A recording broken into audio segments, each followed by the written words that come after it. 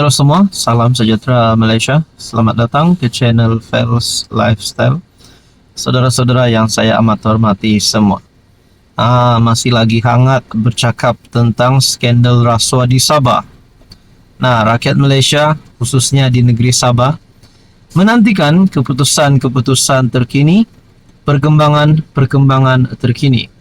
Apa dah jadi, maklumat terkini yang rakyat boleh terima melalui mana-mana keputusan daripada pihak berkuasa.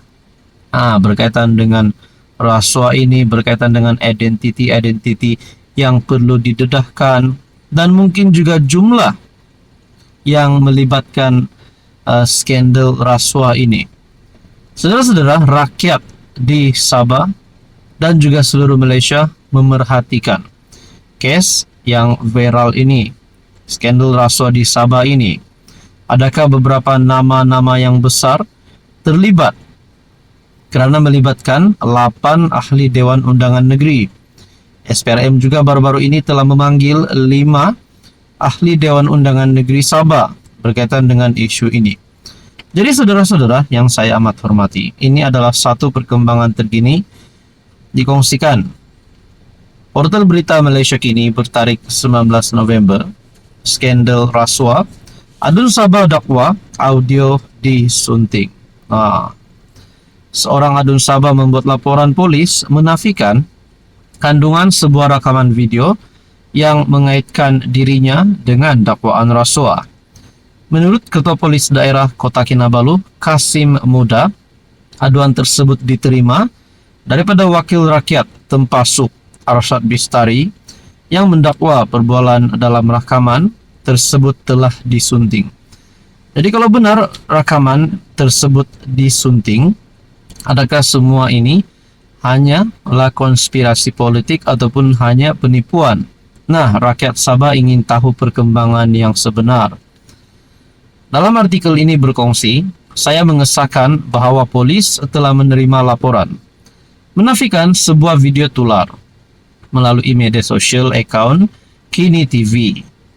Laporan diterima daripada Adun Tempasuk Arsyad Bistari pada 17 November berhubung video berdurasi 1 minit 27 saat yang diterimanya melalui WhatsApp. Kes ini telah diklasifikasikan di bawah Seksyen 500 Kanun Keseksaan dan Seksyen 233 Akta Komunikasi dan Multimedia, katanya. Seksyen 500 memberuntukkan hukuman bagi kesalahan berkaitan fitnah, manakala Seksyen 233 merangkumi kesalahan menggunakan kemudahan rangkaian untuk menyebarkan komunikasi yang dianggap menyinggung perasaan atau boleh menyebabkan kegusaran kepada orang lain. Saudara-saudara, berkaitan dengan isu ini apa komen Anda? Kita nantikan perkembangan terkini isu skandal rasuah di Sabah. Hai, hello, salam sejahtera Malaysia. Selamat datang ke channel Fels Lifestyle. Terima kasih kerana terus setia dan bersama di dalam channel ini.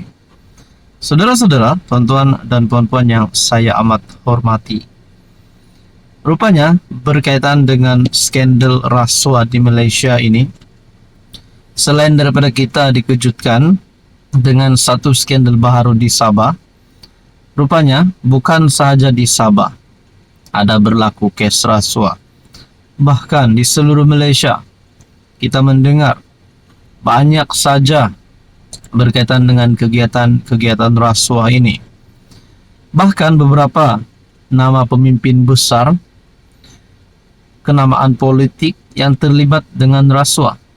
Nah, saudara-saudara, sudah pasti antara yang menjadi tumpuan adalah tindakan-tindakan SPRM untuk menangani kes dan isu rasuah di negara ini. Saudara-saudara, setelah kita digemparkan dengan skandal rasuah di Sabah, ini satu lagi tulisan terbaru daripada Syabuddin Husin. Sebelum isu rasuah yang melibatkan beberapa adun di Sabah menjadi sensasi berita, ada 2 isu lain yang turut melibatkan SPRM lebih dulu mengambil tempat dalam perhatian ramai. Soalan kepada SPRM, apa cerita kes Safe House? Sebelum ini, kita juga dikejutkan dengan satu case yang berkaitan dengan safe house. Ada serbuan yang dilakukan dan juga melibatkan beberapa nama besar.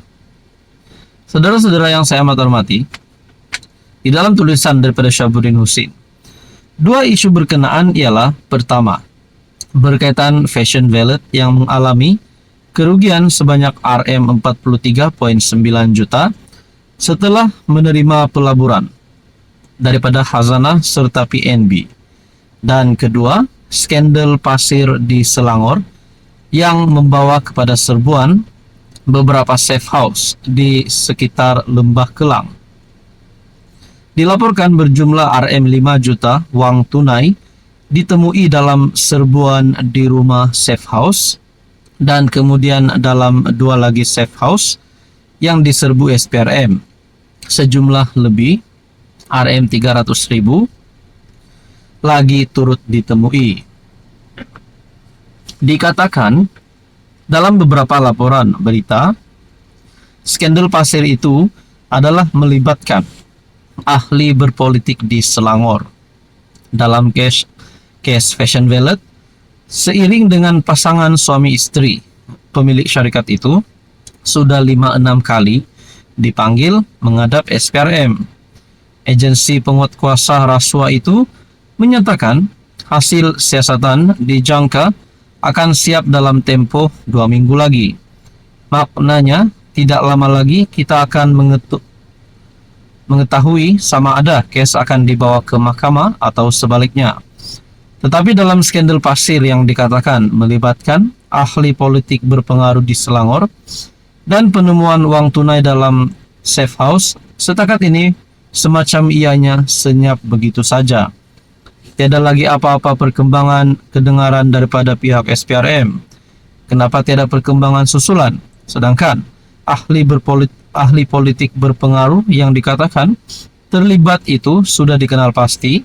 Selain uang tunai, lebih Rm5 juta ditemui dan dirampas oleh SPRM. Apa hasil siasatan SPRM dalam kes berkenaan? Ada kes atau tiada kes? Bila hasil siasatan mahu diangkat ke pejabat peguam negara. Sementara SPRM mula sibuk menyiasat dan sehingga kini dilaporkan telah mengambil keterangan 5 adun Sabah berkaitan dakwaan rasuah yang ditimbulkan oleh seorang pemberi maklumat dalam projek mineral di negeri Sabah. Diharap kes skandal pasir di mana lebih Rm5 juta wang tunai ditemui dalam safe house sebelum ini tidak pula dilupakan begitu saja.